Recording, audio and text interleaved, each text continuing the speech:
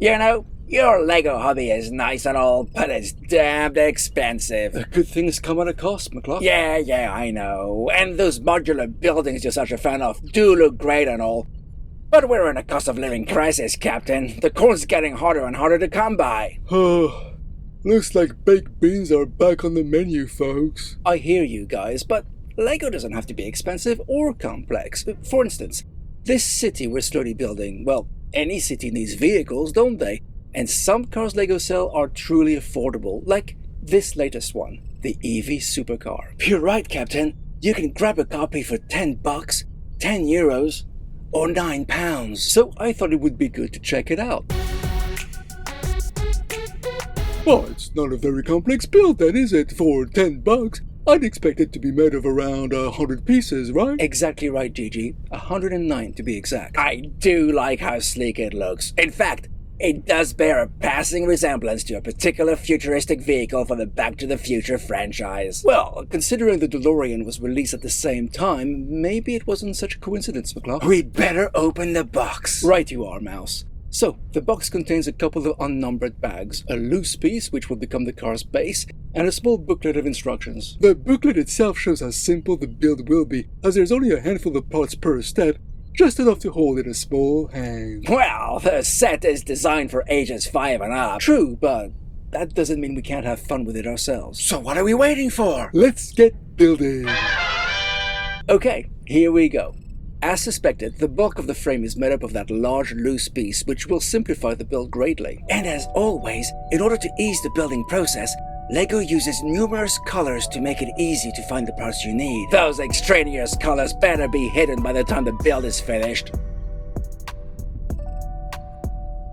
I did like the use of brackets for where the doors should be. It's the same concept as was used for the DeLorean. Once again, linking those two sets together in some way. Oh, you might be onto something, McCluck. There aren't too many little fiddly parts, which I would say is a good thing. Well, for myself, I was puzzled when we added that transparent red 2x4 plate.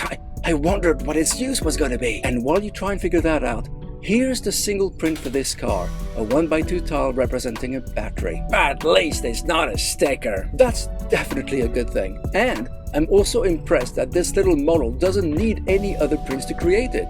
Usually, prints or stickers are there to increase the level of detail, like the black stripes on the DeLorean's door, for example.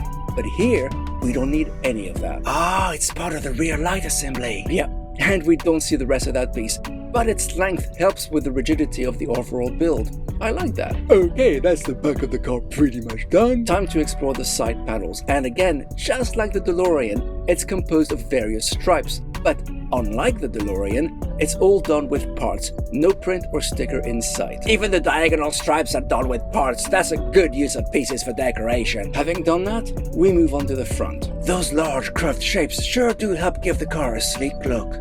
The hood to access the engine is made up of a single piece with a couple of plates with handles to connect to the clips we've already added. Oh, yeah, Captain. It would help if you built it the right way around. Nobody's perfect, McCluck. Anyway, it's an easy fix. So, the hinge works as expected, allowing you to access the battery with ease. And adding the canopy pretty much completes the look. Can the hood be opened with the canopy on? Yes, it can, Gigi. All works well and as expected. Now all we need to do is add the wheels and the hubcaps. I do like that the hubcaps are simple 2x2 tiles with a hole in the middle. Gives them a sleek, futuristic look without having to create a specialized print for them. Indeed, this is actually a very simple build which uses standard parts to create a sleek looking car and shows what you can do without having to resort to prints. Or stickers. That's right, McCluck. Or stickers. Which minifigs does it come with? Just the one. But he sports a cool jacket and red shirt combo, which is actually new for 2026. Looking sharp. He comes with two expressions, one being a small smile, while the other is winking. Not sure what winking has to do with driving an EV car.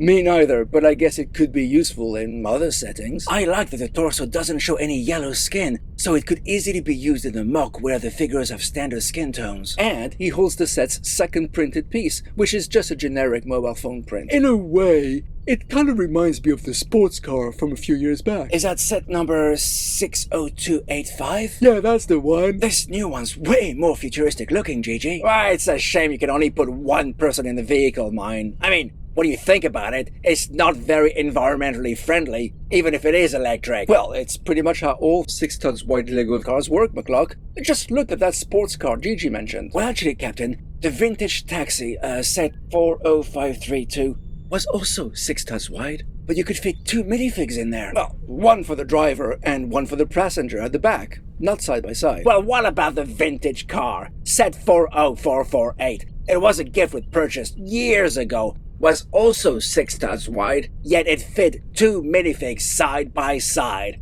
It's an official set, and it shows it can be done. So why don't they do it more often? Okay, yes, I agree. That car was phenomenal. But it also got nearly double the piece count at 181. Plus, it was a more complex build aimed at a more advanced fan.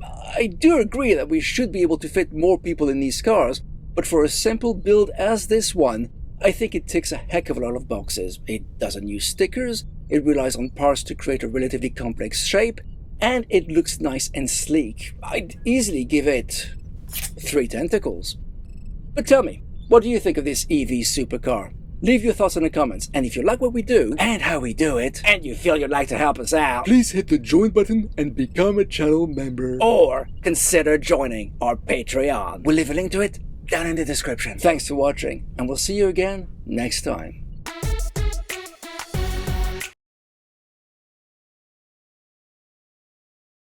And he holds the set's second, and he holds the